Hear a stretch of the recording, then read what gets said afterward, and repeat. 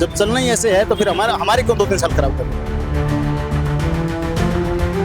25 subjects को अगर आपको 3 महीने में पूरा करना है, 3.5 महीने पूरा करना है, तो वो संभव नहीं है। जिस जवान ने दुश्मन को सीमा से बाहर किया, हमारी आरपीएससी उसे इंटरव्यू से बाहर करने की तैयारी कर रही है। नमस्कार, मैं आपके साथ प्रिया बंसल और आप देख रहे हैं अपडेट इंडिया। जिस तरीके से राजस्थान की राजधानी जयपुर में एक बड़ा बवाल खड़ा हो गया है, क्योंकि जिस तरीके से अगर हम बात करें युवाओं की, काफी बड़े मुद्दे खड़े हो रहे हैं। अभी हाल ही की बात करें तो आरएस पोस्टपोन को लेकर एक बड़ा मुद्दा, एक बड़ा सवाल खड़ा हो गया है। आंखों में सपने लिए बच्चे लगातार यहाँ पर पढ़ने आते हैं, आर्थिक स्थिति से भी जूझ रहे होते हैं, लेकिन फिर भी कहीं ना कहीं कुछ चीजें अटक ही जाती हैं और बीच में इनके रोड़ा आ ही जाता है। और पूरा मुद्दा क्या कुछ रहेगा आज हम आपको बताएंगे, क्योंकि जिस तरीके से काफी लंबा समय भी अब आपको हो गया है, लगभग जो परीक्षा है वो भी अब नजदीक आ रही है, और जिस तरीके से अभी आपने मुद्दा उठाया कि जो एग्जाम है उसको पोस्टपोन कर दिया जाए, तो क्या कुछ पूरी मांग है अभी आपकी सरकार से? देखिए, हमारी एक जो बेसिक मांग है वो ये है कि पहले जो 2023 की परीक्षा हुई थी, पहले उसका परिणाम जारी हो और उसके बाद हमारा मेंस हो। इससे देखिए कई समस्याओं का हल हो जाएगा। पहली चीज, अभी उसमें 2-3 महीने लगेंगे 2023 के जो फाइनल रिजल्ट है उसको आने में, और अगर उसके बाद में हमारी परीक्षा करवाई जाती है तो उससे एक तो जो पदों के दोहराव की समस्या है वो सोल्व हो जाएगी, क्योंकि वही बच्चे इस भर्ती में भी जो है सेलेक्ट होंगे। ऐसा तो नहीं हो सकता ना कि उसके जो टॉप 100 हैं वो इसमें बाहर हो जाएंगे, वो इसमें भी सीटें खाएंगे, और इसमें सीटें खाएंगे तो एक सीट कितनी महत्वपूर्ण है ये हम सबसे पूछ सकते हैं आप। हम कोई 5 साल से, कोई 2 साल से, कोई 10 साल से लगा रहता है कि एक वो सीट हमें मिल जाए, और यहाँ कम से कम 200-300 सीटें जो है वो सफाचट हो जाएंगी एकदम बिल्कुल पूरी तरह से। और दूसरी चीज ये है कि देखिए, अभी ऑपरेशन सिंदूर चला था, तो हमारे फौजी भाई जो हैं वो बॉर्डर पे हैं, उनकी छुट्टियां कैंसिल कर दी गई थी और अभी भी उन्हें छुट्टियां नहीं दी जा रही हैं। अग्रिम आदेश तक उनकी छुट्टियां कैंसिल है। अगर ये एग्जाम 17-18 जून को होता है तो वो इस एग्जाम से पहले ही ऑलरेडी बाहर हो चुके हैं, और अगर ये होता है तो तय मानिए वो सब बाहर हैं, और वो कोई 10, 15, 20 नहीं है। आप देखेंगे 12.5% उनका रिजर्वेशन, 12.5% के आसपास रिजर्वेशन है। अगर आप 21,000 में इतना रिजर्वेशन निकालते हैं तो 2,000 प्लस हो जाता है मामला। अगर इस 2,000 को आप देखते हैं, छोटी संख्या नहीं है, और इनमें से 1,000 जो जवान है वो अभी बॉर्डर पे तैनात है। तो जिस जवान ने दुश्मन को सीमा से बाहर किया, हमारी आरपीएससी उसे इंटरव्यू से बाहर करने की तैयारी कर रही है। तो ये एक बड़ा मुद्दा है, और हमें लगता है कि सरकार को इस पे सोचना चाहिए। हमारी कोई नाजायज मांगे नहीं है, हम बिल्कुल वाजिब मांगे कर रहे हैं, और इससे जो पहली बार एग्जाम दे रहा है वो बच्चा तनाव में है, जो आखिरी बार दे रहा है वो तनाव में है, सेना पे जो जवान बैठे हैं वो तनाव में है। और वो ऐसा नहीं है कि भाई हम अपने मन से बोल रहे हैं, हम आपको एप्लीकेशन दिखा सकते हैं। बॉर्डर से हमारे पास में गुवाहाटी से, कश्मीर से, पंजाब से, हमारे पास जगह जगह से एप्लीकेशंस हैं जो वो हमें ये कह रहे हैं कि हम धरना नहीं दे सकते हैं वहाँ आके, हम आपके लिए बॉर्डर पे लड़ सकते हैं, गोली चला सकते हैं, गोली खा सकते हैं। आप हमारे लिए इतना तो कर सकते हैं कि भाई सरकार को इतना तो कहिए कि जब तक कि हमारी ये सिचुएशन नॉर्मल नहीं हो जाती तब तक कम से कम इसको पोस्टपोन कर दिया जाए, और जब तक ये रिजल्ट भी आ जाएगा दोहराव की समस्या भी खत्म हो जाएगी। ये सारी चीजें जुड़ी हुई है देखिए, और सरकार को ये चाहिए कि इसमें संज्ञान ले और जल्दी से जल्दी इसका समाधान करें, क्योंकि अब वक्त ज्यादा नहीं है। कई नेताओं से, कई विधायकों से भी आपकी बातचीत चली, पत्र भी उन्होंने मुख्यमंत्री के लिए लिखे हैं, हालांकि कोई फैसला अभी तक उस पर नहीं लिया गया है। क्या कुछ कहना है? नहीं, बात हुई है इस मैटर में, और आगे हम धरना है जो भी है कार्रवाई करेंगे, और बाकी कई कारण है हमारे सहपाठी ने बता दिए हैं। इसके अलावा और भी बहुत सारे कारण हैं, जैसे ऑपरेशन ब्लैकआउट जो भी हुआ, सीमावर्ती इलाके हैं उनके जो भी लड़के हैं, उनकी जो अभ्यर्थी हैं उनकी पढ़ाई बाधित हुई है, ये भी है, बहुत सारे कारण। लेकिन जिस तरीके से आपने बताया कि ऑपरेशन सिंदूर में अभी काफी सारे जो लोग हैं वो लगे हुए हैं, आपके जो स्टूडेंट्स हैं वो लगे हुए हैं, लेकिन जिस तरीके से अभी वो अपना कर्तव्य वहाँ पे निभा रहे हैं, लेकिन सरकार यहाँ की है कहीं ना कहीं धुंधली नजर आ रही है, कुछ फैसला नहीं ले पा रही है। पत्र भी लगातार जो है नेताओं ने, विधायकों ने लिख दिए हैं, कहीं ना कहीं फैसला भी अटका हुआ है। अगर हम बात करें एसआई भर्ती की, वो भी एक फैसला कहीं ना कहीं अटका हुआ है। तो क्या लगता है कि राजस्थान सरकार कहीं ना कहीं युवाओं को लेकर असमंजस की स्थिति में बनी हुई है? युवाओं को लेकर तो मुझे नहीं लगता है लगी हुई है, लेकिन मैं तो, मेरा तो मतलब फर्स्ट टाइम है, मैं प्रेशर हूँ, तो इस वजह से मुझे तो लगता है वैसे ही प्रेशर के लिए टेंशन ज़्यादा ही होती है। अगर ये और जो भी ये सीटें हैं, कैंडिडेट डुप्लीकेशन की वजह से जो भी सीटें कम होगी तो हमारे लिए तो वो फायदा है। अगर 300 सीटें कम होती है, हम तो इसीलिए लगे हैं, फर्स्ट टाइम में वैसे ही डर रहता है, और अगर ये सरकार हमारी सुनती है और इसको कैंडिडेट एप्लीकेशन कम हो जाती है और पोस्टपोन हो जाता है तो हमारे लिए तो फायदा ही है। 17-18 को एग्जाम है, ज्यादा समय अब नहीं रह गया है, तो क्या लग रहा है कि फैसला अगर नहीं लिया गया तो आगे की क्या कुछ रणनीति रहेगी आप? आगे की रणनीति अभी तक हम यही सोच रहे हैं कि बहुत सारे नेता जो विधायक हैं, मंत्री हैं इस सरकार में, वो हमारा समर्थन दे रहे हैं, उनको हमने ज्ञापन दिया है, वो हमें समर्थन भी दे रहे हैं। तो हमें यही उम्मीद है कि भजन लाल जी की जो सरकार है ये हमारी सुनेगी और एक इसके लिए उचित कार्रवाई करेगी, एक उचित मतलब जो कदम है वो लिया जाएगा। मेरा यही कहना है कि हमेशा आरपीएससी के सामने ये सवाल उठाया गया है कि वो यूपीएससी के तर्ज पे अपने परीक्षाओं को करवाएं। अब इस बार क्या होता है कि सितंबर 2 को आरपीएससी एक नोटिफिकेशन जारी करती है कि वो अपना 2 फरवरी को प्री का एग्जाम कराएगी, आरएएस प्री का एग्जाम। उसके बाद 31 दिसंबर को आरपीएससी अपना एक और नोटिफिकेशन जारी करती है जिसके तहत वो ये बताती है कि 17 और 18 जून को वो मेंस की परीक्षा लेगी। अब आप देखिए कि सितंबर से दिसंबर लास्ट तक आते आते आरपीएससी को इतना टाइम लग गया ये बताने में कि वो मेंस की परीक्षा कब करवाएगी, और वो भी महज एक महीने पहले प्री के एग्जाम से।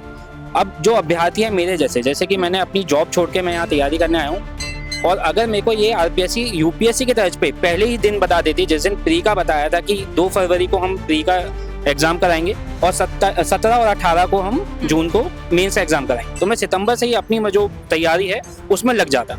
अब उन्होंने मेरे को बताया 1 महीने पहले, तो उस समय मैं अपने प्री पे फोकस करूंगा, मेंस पे फोकस करूंगा। फिर उसके बाद जो आपका रिजल्ट आता है 2 फरवरी को आपका प्री का पेपर होता है, 20 दिन बाद रिजल्ट जारी किया, और उन 20 दिन के बाद मतलब कि 22 फरवरी से लेके 17-18 जून का अगर देखा जाए तो 3 महीने, मतलब 3 महीने 27 दिन होते हैं। उतने दिन में आरपीएससी चाहती है कि हम 24 से 25 सब्जेक्ट्स को तैयार करें और ये एग्जाम दें। अगर मैं आपको अच्छे से बताना चाहूँ तो ये जो एग्जाम है आरपीएससी का, ये मेंस का एग्जाम, ये 24 से 25 सब्जेक्ट इसमें आते हैं, और एक जो नया अभ्यर्थी जो इसके में बैठ रहा है उसको बहुत ज़रूरी होता है कि वो पहले इस पूरे सिलेबस को कंप्लीट करे, फिर उससे अच्छे से याद करे, करंट के साथ अपनी सारी चीज़ों को तैयार करते हुए फिर अपनी आंसर राइटिंग की प्रैक्टिस करें। अभी इस पर्याप्त समय के हिसाब से अगर एक स्टूडेंट अपना सिलेबस भी पूरा कर ले वो बहुत बड़ी बात है। तो आप खुद सोचिए कि 25 सब्जेक्ट्स को अगर आपको 3 महीने में पूरा करना है, 3.5 महीने पूरा करना है, तो वो संभव नहीं है। तो मेरी मांग यही है सरकार से, आरपीएससी से, कि ये हमारी बारे में सोचे और यूपीएससी के तर्ज पे ही इस पेपर को करवाए और कहीं ना कहीं कैलेंडर फ्रेम में भी इशू आप बता रहे हैं, कहीं ना कहीं आप ये भी बोल रहे हैं कि समय भी अब बचा नहीं हुआ है। तो जिस तरीके से अब इतने सारे स्टूडेंट्स हैं, कोई 2-4 संख्या में स्टूडेंट्स एग्जाम नहीं देते हैं, हजारों की संख्या में, लाखों की संख्या में स्टूडेंट्स एग्जाम देते हैं, और जब बात करते हैं गाँवों से वो बच्चे पढ़ने के लिए आते हैं, आर्थिक स्थिति से भी जूझ रहे होते हैं और दिन रात अपनी कड़ी मेहनत में उनके जो सपने होते हैं वो साकार भी नहीं हो पाते हैं। कहीं ना कहीं दिल हमारा भी दुखता है, दिल आपका भी दुखता है और माँ बाप का भी दुखता है। देखिए मैं आपको बता देता हूँ, आरपीएससी आरएएस की जो परीक्षा है वो राजस्थान की उच्चतम परीक्षाओं में से एक है। इसमें राजस्थान से, पूरे राजस्थान से बहुत ज़्यादा मात्रा में स्टूडेंट्स आते हैं, अभ्यर्थी आते हैं जो एक ग्रामीण परिवेश से हैं, जिनके माता पिता एक छोटे किसान हैं, ठीक है, और वो यहाँ पे 5-5 साल, लेकिन एक भर्ती अगर आप अभी तक का रिकॉर्ड देखेंगे आरपीएससी का, तो एक भर्ती पूरे होने में लगभग 3.5 से 3.5 साल लग जाते हैं। तो वो 3.5 साल यहाँ पे रहते हैं, या उससे भी ज़्यादा, कोई 2 अटेम्प्ट देता है, कोई 3 अटेम्प्ट देता है, और इतना लंबा समय करते हैं। उसमें अगर आरपीएससी की तरफ से ये मूलभूत चूक रहेंगी तो ये बहुत बड़ी दिक्कत की बात है अभ्यर्थियों के लिए। अब उम्मीद है भजन लाल सरकार के से कि जिस तरीके से जब चुनावों का समय था तब तो भजन लाल सरकार ने कहा था कि हम युवाओं के साथ वैकेंसीज भी निकालेंगे, हर संभव साथ देने का प्रयास करेंगे। अब आप लोग भी उम्मीद रख रहे हैं कि भजन लाल सरकार राम राज्य की सरकार है, जिस तरीके से आप लोगों के ही शब्द थे ये, तो आप लोगों ने उम्मीद लगा रखी है भजन लाल सरकार से? जी बिल्कुल उम्मीद है, और उम्मीद इसलिए भी है क्योंकि जब सरकार सत्ता में आई थी तो मैं आपका ध्यान पिछले आंदोलन की तरफ ले जाना चाहूँगा।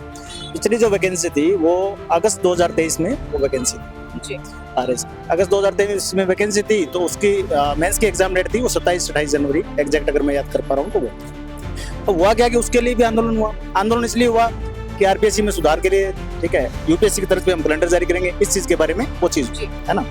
आंदोलन हुआ, युवा सड़कों पे उतरे, ठीक है, और सरकार की उस टाइम भी बहुत अच्छा वो निर्णय रहा कि उस टाइम तो उन्होंने आगे किया। उस टाइम पे प्री के रिजल्ट के बाद मेंस का डेट बताई गई थी, लेकिन मुद्दा वो नहीं है ना। बात पिछली बार भी क्यों बार बार युवाओं को सड़कों में आना पड़ रहा है ना। ऐसा तो नहीं है कि हमें कोई मजा आता है इस चीज में, नहीं आता है ना, लेकिन कुछ ना कुछ कहीं ना कहीं थोड़ी जो कमियां रह रही हैं वो सरकार अभी सुधार उसमें नहीं कर पा रही है। उसकी तरफ भी ध्यान दिया जाना चाहिए, क्योंकि इन मामलों में संवेदनशील होना चाहिए। पिछली बार भी युवा सड़कों पे उतर रहे हैं, फिर से वही कंडीशन उत्पन्न हो रही है क्योंकि आप पहले से डेट अनाउंस नहीं कर पा रहे हो, फिर ये बोलते हैं कि हमें तो यूपीएससी की तरफ पे कैलेंडर फॉलो करना है। तो ये केवल मेंस एग्जाम के टाइम में दिखता है क्या आपको? अगस्त 2023 की वैकेंसी के अभी तक इंटरव्यू नहीं हुए, तो ये फेल्योर। ये डिले इतना लंबे समय से चल रहा है, अभी तक रिजल्ट नहीं घोषणा किया। भाई आप यूपीएससी को फॉलो करो, हमें कोई दिक्कत नहीं है, हम तो उस चीज से खुश हैं, लेकिन आप केवल मेंस एग्जाम में यूपीएससी फॉलो कैसे कर रहे हो? इंटरव्यू क्यों नहीं करवा रहे? रिजल्ट क्यों नहीं जारी कर रहे? सीटें खराब होगी, उसके लिए जिम्मेदार कौन है? ऐसा लग रहा है कि आरपीएस को जल्दी में इस मेंस की परीक्षा करवाने के लिए उसके पीछे क्या मनसा है वो तो आज तक हम तो समझ नहीं आई नहीं कि केवल मेंस के अंदर ही वो क्यों है जल्दीबाजी। अभी इंटरव्यू चल रहे हैं तो इंटरव्यू में कोई जल्दीबाजी नहीं है, इंटरव्यू में जल्दीबाजी नहीं है तो फाइनल रिजल्ट आने में जल्दीबाजी कैसे होगी? उससे पहले ये मुख्य परीक्षा हो जाएगी, है ना? तो सीटों में डुप्लीकेशन हो गया, दोहराव होगा, तो अब से एक ही सीट खराब हो दोहराव की वजह से, लेकिन कमी तो सिस्टम की है ना।